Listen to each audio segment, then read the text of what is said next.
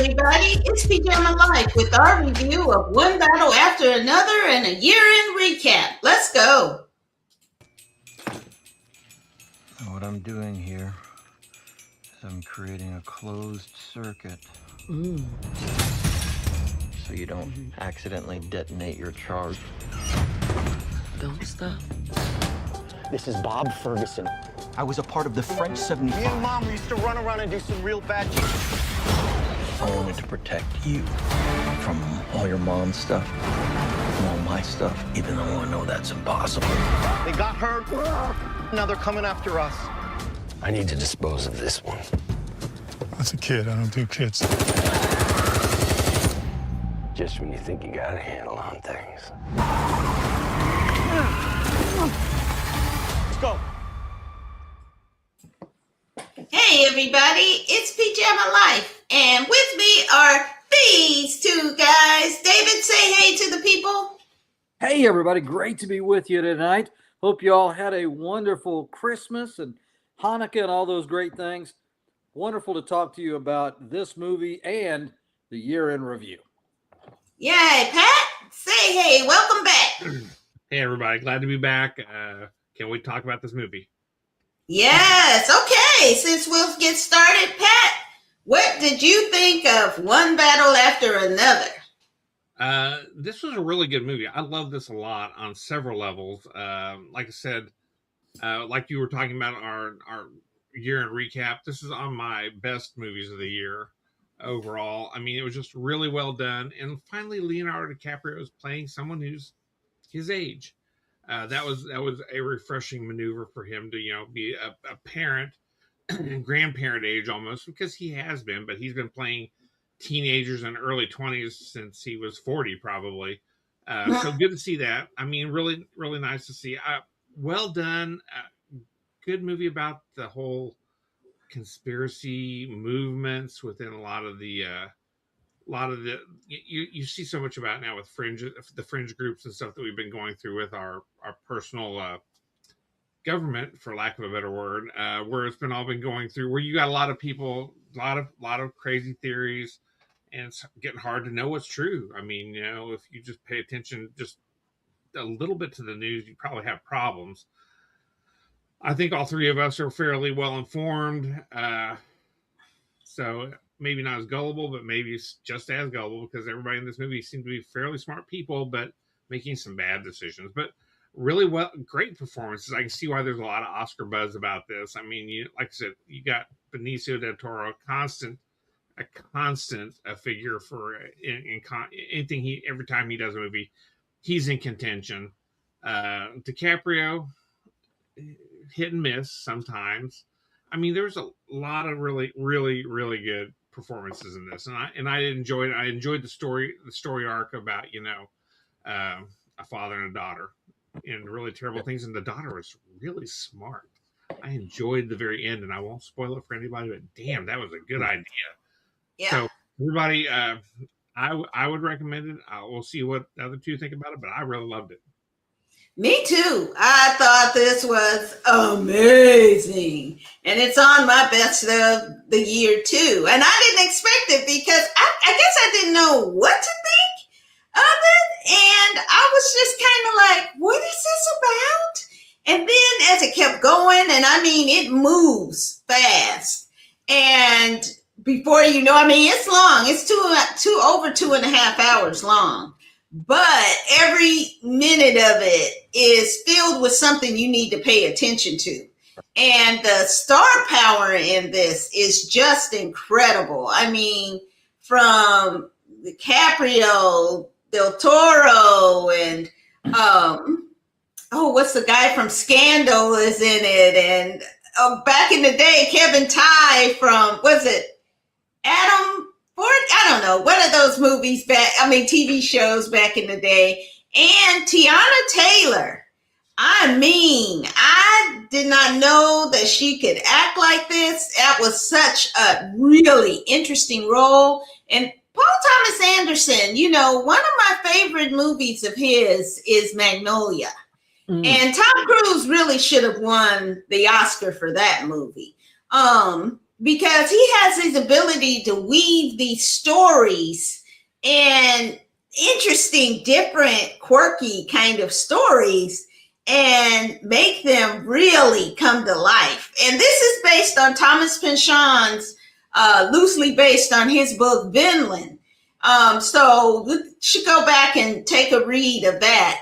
And that's where you get some of the uniqueness of it, because Thomas Pynchon is a very unique writer. And this is something, it's unexpected. I think that I didn't see them really as conspiracy theorists, but as revolutionaries trying to fight against the oppression. You saw them fighting against what's happening on our southern borders, the unfairness there. You saw some of the dirty tricks that were being played in these movements.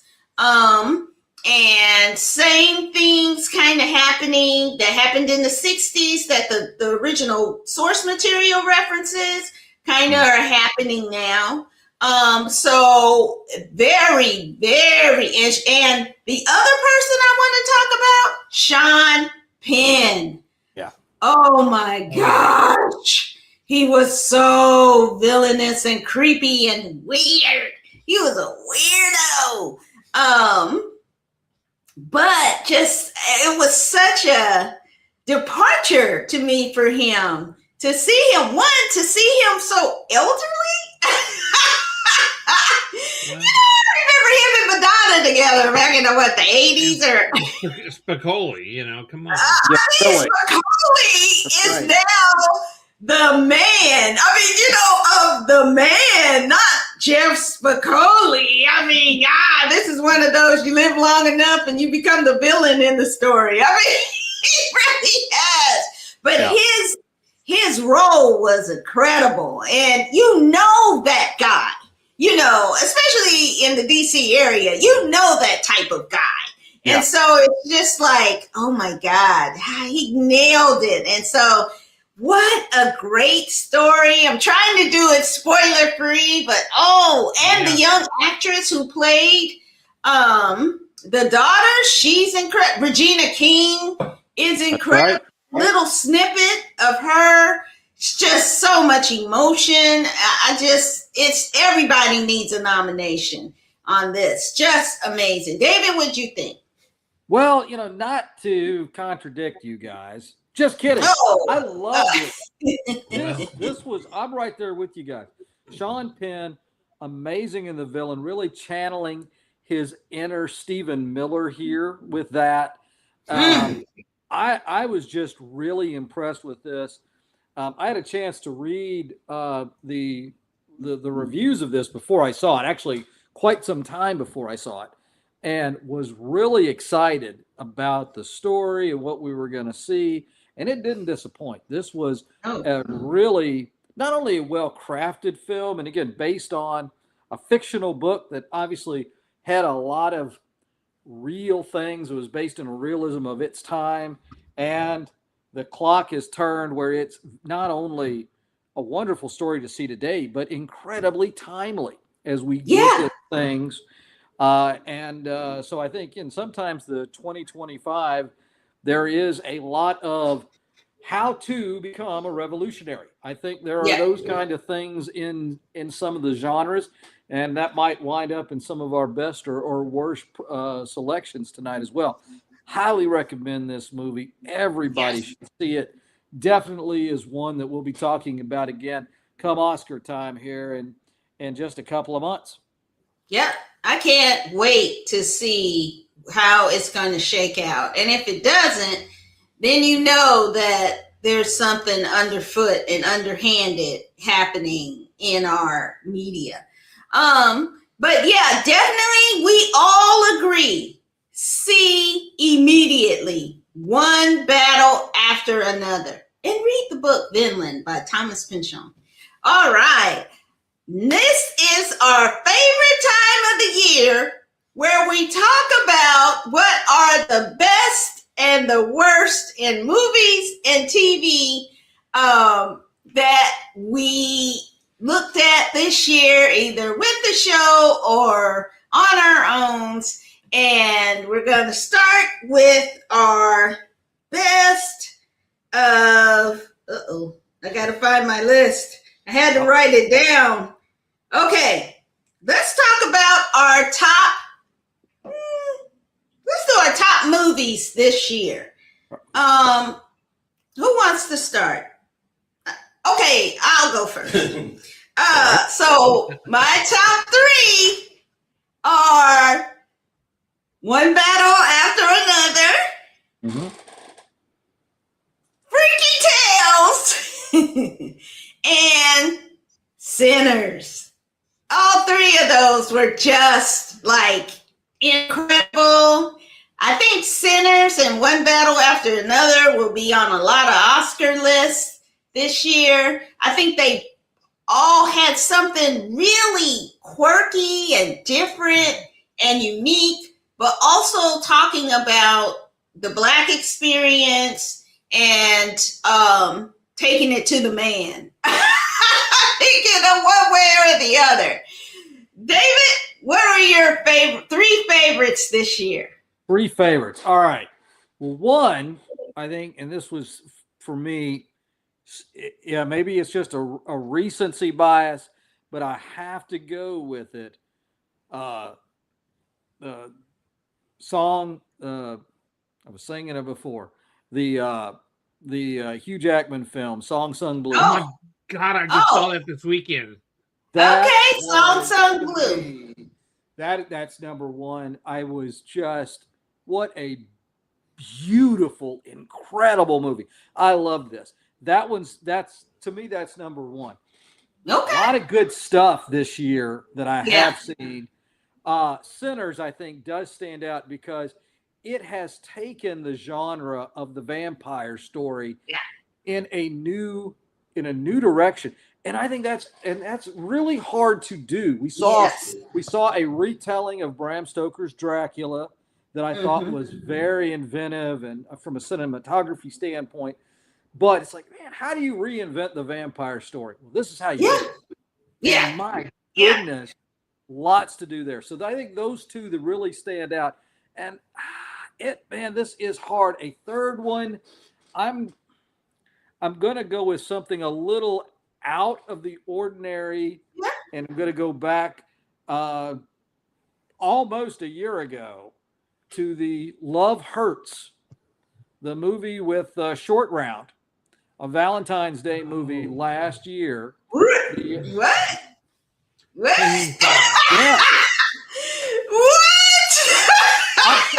were a lot of good movies.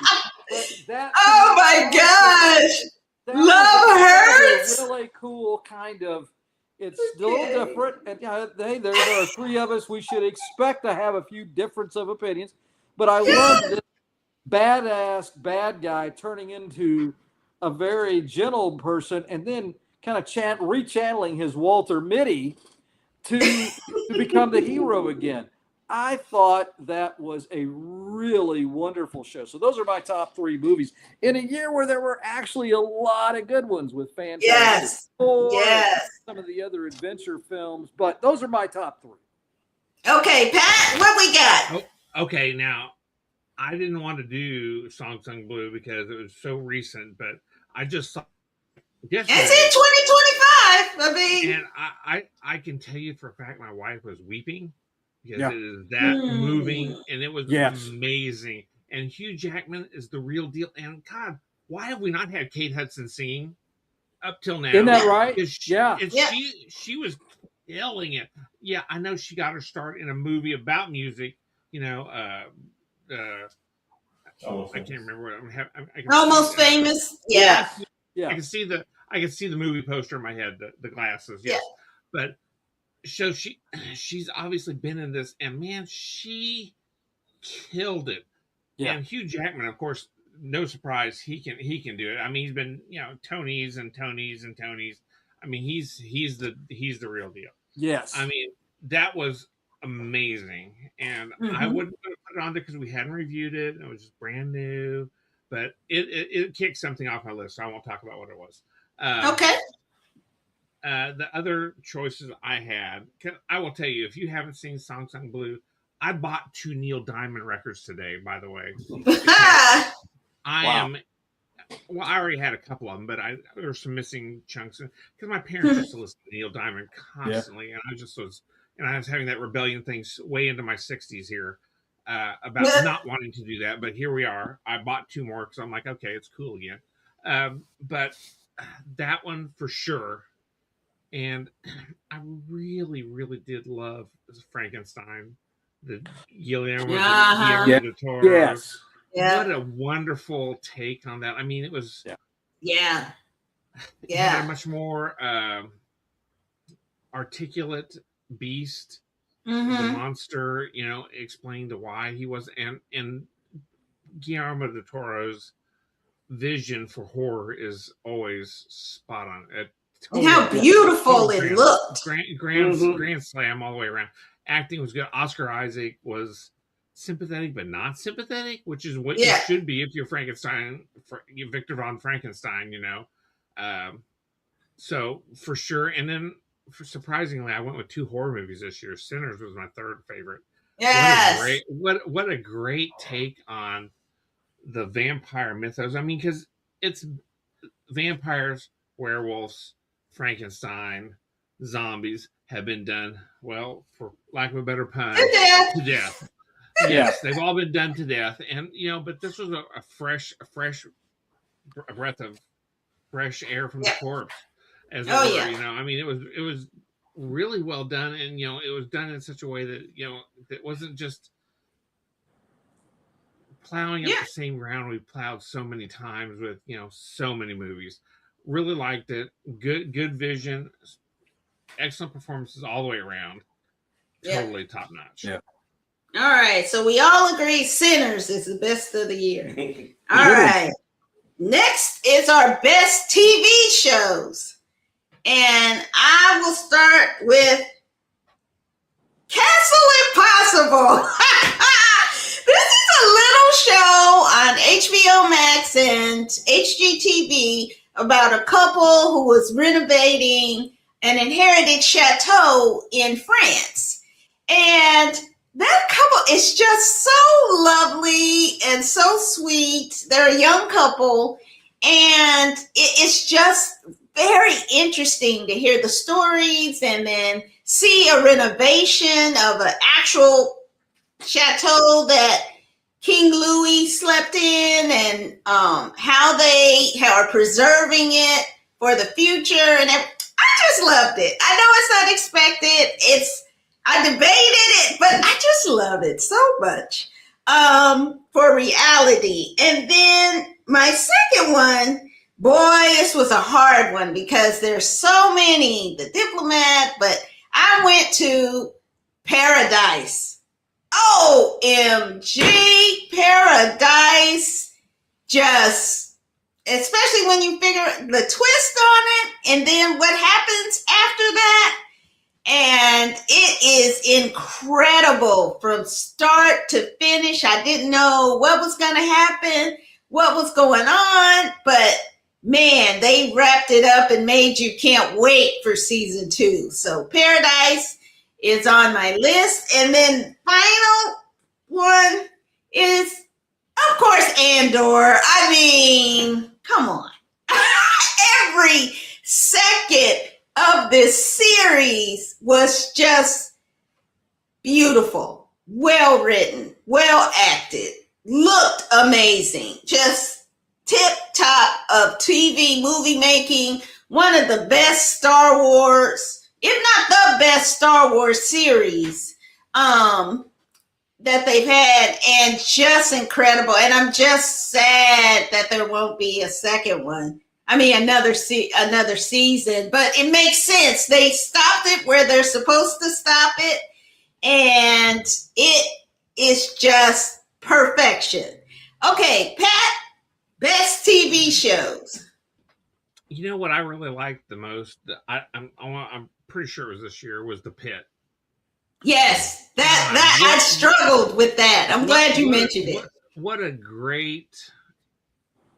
I mean, medical dramas. And the timing. I mean, done to death since the 70s. I mean, really. I mean, we watched ER, which ironically, this is ER part 2. Yeah. I mean, Literally. I mean, really, because we got the same doctor, not the same doctor, but same actor playing a doctor, but he's now, instead of the greenhorn, now he is the experienced chief of medicine or whatever the hell he was. Yeah. Super well done, and the timing. They had enough quirky characters, enough odd cases to make it really just pop, pop, pop, pop, keep going. I loved it. Yeah. The second thing I really liked a lot was Fallout. Yeah. It was an interesting take on a video. It's one of the better video game adaptations I've seen. Oh, without a doubt. There's been some real stinkers. We don't need to mention Mortal Kombat. Still, which it'll never die. It'll never die. It won't die. It won't. I mean, it's well done. I mean, I'd watch Walton Goggins sell insurance. Yes. Great hours. Good. He is the attraction. Everything he's been in has been top notch. I mean, yeah. Even Vice Principals. Yeah. Oh my God. Yes. Vice Principals, the Fabulous Wonder Shows, Uncle Baby Bobby Billy. Love him. I mean, everything he's in is good. And even with the makeup, you can still tell it's Walton Goggins. Have enough flashbacks that come back through that you see him being him. I mean, super good. I mean, for a video game adaptation, it's really outkicked its coverage. I'm just saying, for real. Other things I love this year, the last one I would probably put in was Only Murders in the Building. They keep doing really good jobs. Yeah. Do a really good job of dragging people back into the. I mean, you think you know the formula. You know the formula. Martin Short, Martin Short's going to be what he is. Steve Martin's going to be what he's going to be. And you got Selena Gomez, and they're all doing their own little characters, but they put them in enough different situations. Each one of them kind of emerges and exposes new facets of their characters. So really, really enjoyed that. Yeah, good list. David, what'd you think? Well, I tell you, I agree so much with both of you guys on your list. Paradise is up there for me. The Pit, I love that with Noah Wiley. I agree with you guys. Just to kind of change it up a little bit, because I think this was a really good year for watching TV. And that's not just because I was on administrative leave for the better part of it. It didn't have anything else to do. But some of the things else that I would add for your consideration, everybody. Hacks with Gene Smart. Oh, yes. What a great show. Everybody nailed it. And even one of the best, her co-star had one of the best acceptance speeches ever. Go Birds and Bleep Ice. I mean, that set the tone and the pattern for, I think, a lot of people across the country. So I want to put Hacks on my list as one of the pieces. I would say another really, really good one for me was definitely the Stranger Things. I was excited to see this last season coming up. We've got, I guess, one more episode. They dropped Christmas, but they're going to tease us out to Christmas Eve. I will, but I have, and there's some other shows too. I don't want to go on too long, but the other one, in my mind, it wasn't just the best programming on television, streaming or regular cable, whatever, but it really reminded everyone why Star Wars was a cultural phenomenon, and that the original movie, it wasn't just like a big blockbuster for summer. It was a film that had multiple Oscar nominations, including Best Picture. Remember that. Anytime you hear bad, cheesy dialogue or repetitive storylines or bad jokes, remember the first movie was up for Best Picture of the year and did win Best Editing. Thank you, Mrs. Lucas. You were the star behind everything with the editing work. But Andor just was incredible. This was beautiful storytelling, great acting. Every performance there deserved. Nobody did better than anyone else in those categories. They could have won every category legitimately. The best villains, the best heroes, the best episodes, the music, the costumes. This was storytelling at its finest. Tony Gilroy is a master, and it is an important story today as we, Sure is. I don't know, hypothetically need to try to remember how to overthrow an authoritarian, illegitimate government. I don't know. Yeah. Something to keep in mind.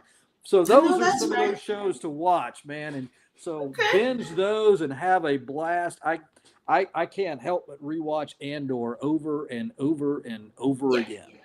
Yep. And all these that we talked about, I'm sure all of us have watched it more than once. Yeah. But I want to sneak a category in of best documentaries. And for me, there were 3 this year that were amazing. One, The Evolution of the Black Quarterback.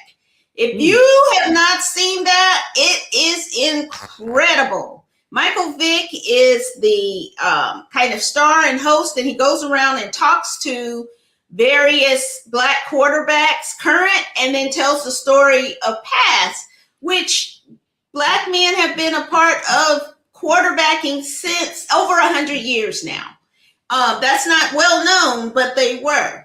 And it was only until, Jim Crow and segregation kind of ruined it. But you get to see the story of how the Black quarterback has advanced.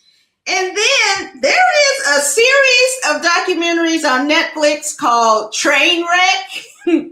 Those are hilarious and very well done and very short. They're like 21, maybe 30 minutes.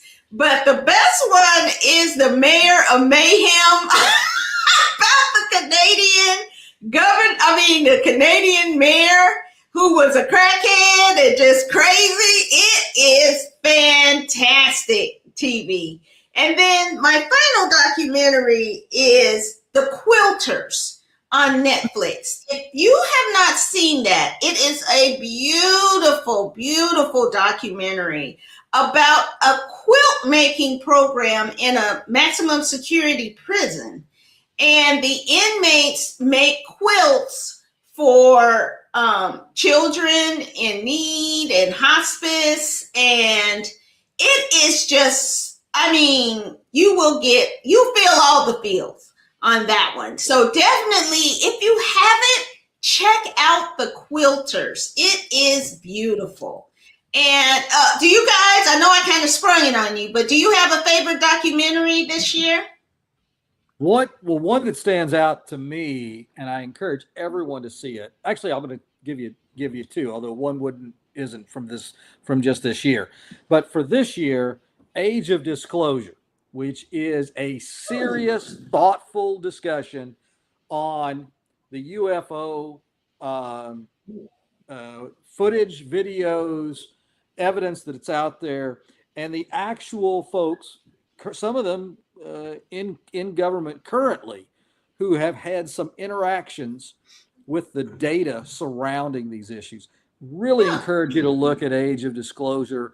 It's on Prime. It's wonderful. We talked about, you saw Pat and I kind of go goo-goo over the Song Sung Blues here.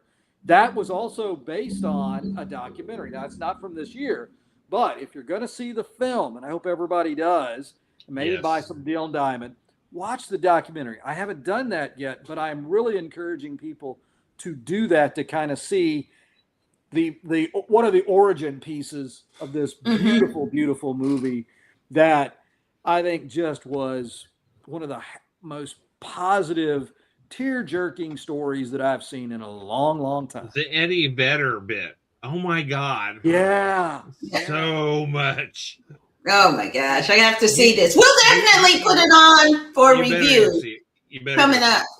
Pat, do you have any documentaries that? Well, the one that I keep coming back to, and it really messed with my Spotify rap this year, is the Yacht Rock one with the Yacht Rock or the Billy Joel. I love it. Both of those are like so intertwined, and man, yes, I dug into I love it. I can tell you that it was like maybe my second most popular genre, and I listen to a lot of music. Just FYI, for those of you that don't know me, I teach people that are doing projects and stuff. So they're not. I just have background music running. So I did like 91,000 minutes of music this year. I listened to a lot of music. I'm just going to tell you. And yacht rock was my number 2 genre after pop punk, which is definitely my. That is an amazing documentary. It was so good, and well, that was the yacht rock was really interesting, and also the Billy Joel to a certain extent was. Oh yeah, you know, I loved hearing all the stuff about Billy Joel because I've lived. And Sly and the Family Stone. Sly Lives about Sly and the Family Stone. That was incredible too. I mean, just so much good stuff. There really has been. Music documentaries are so good because they're not just all going to talk. They're going to show you music. They're going to show you performances, even if you're not just interested in hearing about what Billy Joel was doing in the '80s with Christy Brinkley, which who wasn't interested in that. But I mean, you're going to hear all the other stuff, and even in between, when you're not listening to that, you're going to hear some really good music, and you're like, "Damn, I forgot how good Dan Fogelberg was." And he is really good. I bought that album after that whole thing, and I was like, how did I not have this album already? But I'm just saying, super good. I love, like I said, music documentaries are really good. I haven't seen the Bruce Springsteen biopic yet, but I am definitely on. Yeah, that's definitely coming on the schedule.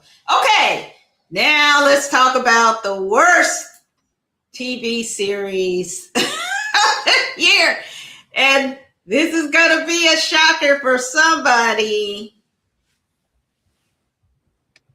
Star Wars Skeleton Crew. Terrible, awful, yuck.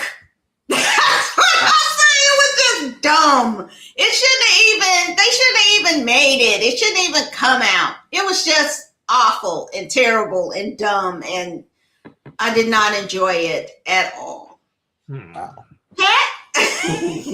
Well, I make David stew on it. I'm just going to tell you that, and this is going to hurt you, Pam, a lot. I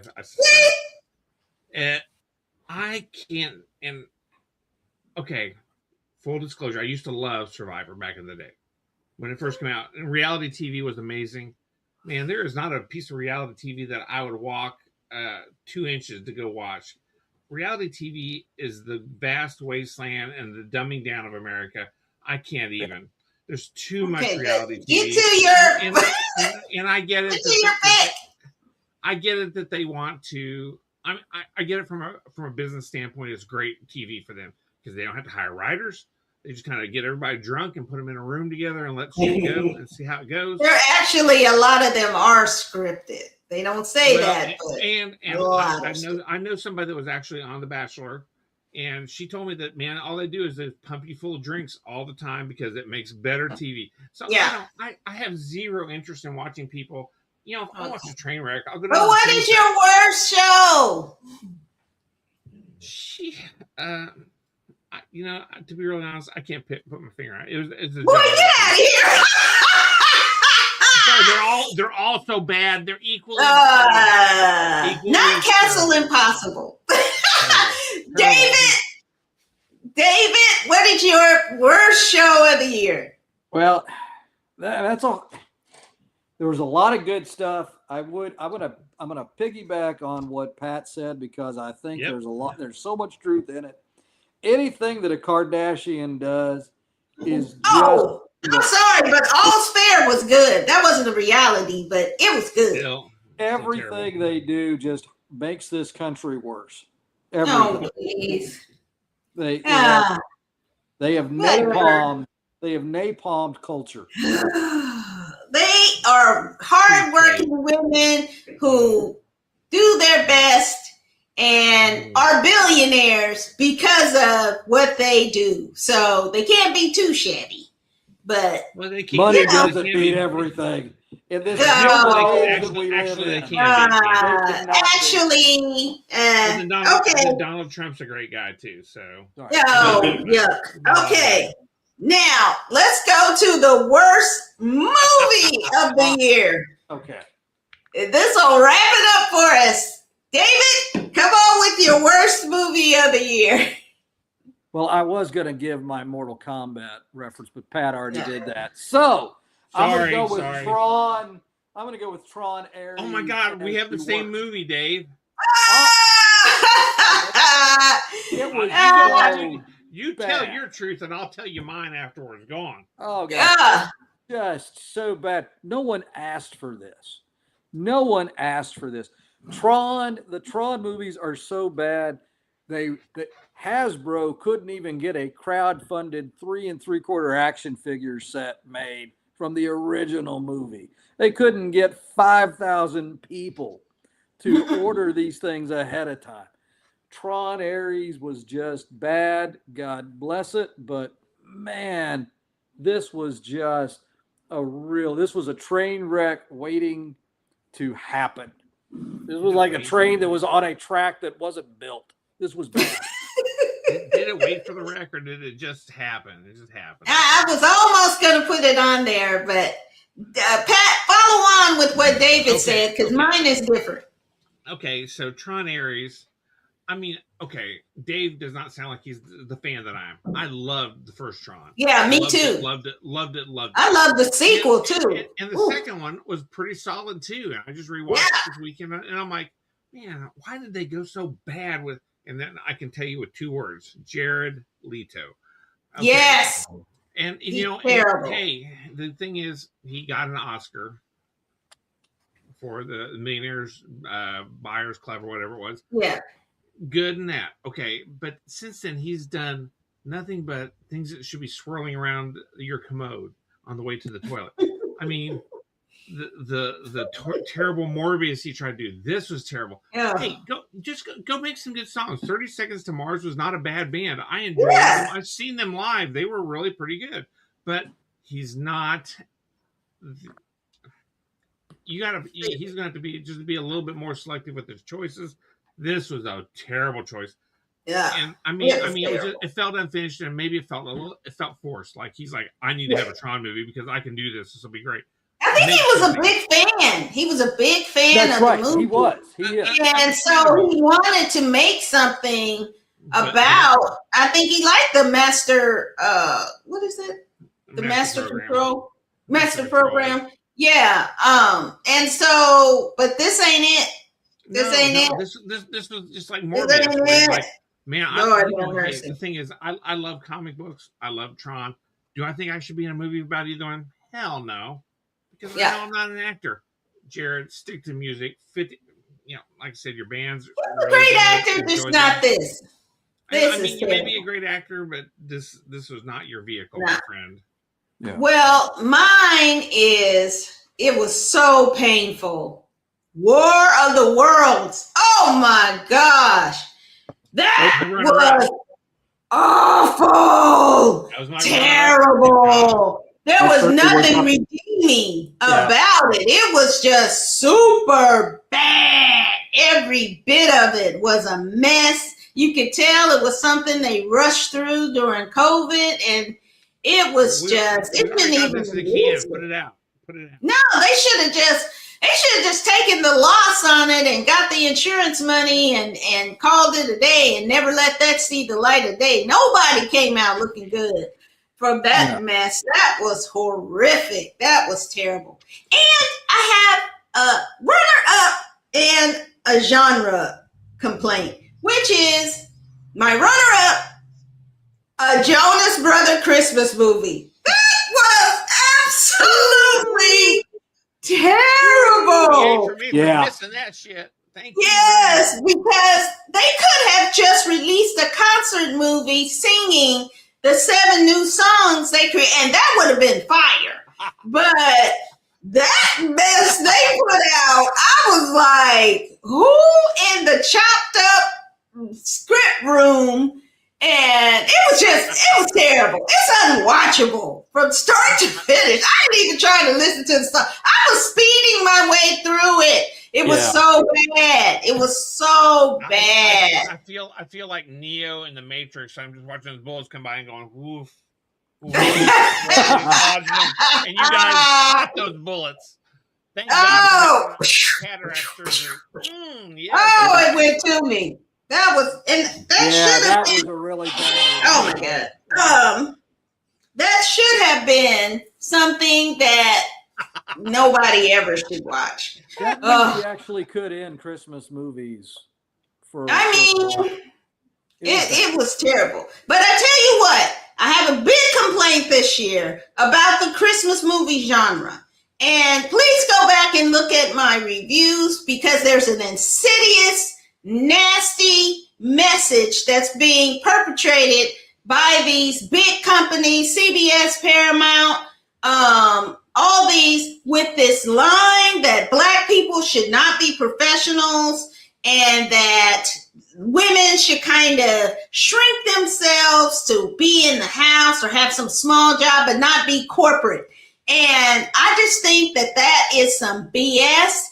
It's some sexist, racist kind of messaging that's out there, and I don't like it. And so these companies better stop it because I'm going to be watching them very closely and putting my 2 cents in. Maybe I'm just a small channel, but hopefully it'll be amplified that we don't want sexist, racist, Jim Crow era messaging in our holiday movies. Stop it. Okay. Well, that is our holiday movie critique, our best and worst. If you have best and worst movies that you would like to share, please do so in the comments. And this year, something else we're beginning to see, which is terrible, which might be, we might see more of infiltration of the administration into media landscapes and authoritarian control over media, which, stop it. We don't like that either. So cut it out. And one other thing, if you don't like this content on this channel, stay off of it. And somebody's been coming on putting in nasty messages, and you can go and suck an egg for all I care. Stay off the channel. But on a more positive note, we wish you very merry holidays. Have a great, happy new year. The new year, we're going to come with some new things and some different types of activities we'll be doing on the channel, and hope that you'll be able to tune in, maybe looking into a podcast where we're just talking about what's going on out here in America, our thoughts, and as well different types of reviews. David, how about your end of year message for the people out there? Well, thank you very much. Well, let's just cut to the chase. I hope you have a great New Year's, and hopefully you and yours will have a really positive year in 2026. Thanks for joining us. We have a lot of fun, the three of us together. We're thinking a lot alike this episode, which isn't always the way it is, but I certainly wish everybody. It finally came around. I don't know, but yes, you did, Pam. No. Bless you all, and merry, guys. Take care. Pat, give us your end of the year holiday message. Well, everybody be thankful for what you got because you never know what tomorrow's going to bring. That's Again, I would tell you, drink up a glass of water every day. Get out and walk around a little bit. Make sure you stay healthy because you never know what you're going to need to be able to run from. So, all right, everybody, have a great holiday.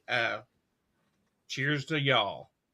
And take care of yourselves, your spirit, and your body. And we'll see you next year on Pajama Life. Mwah!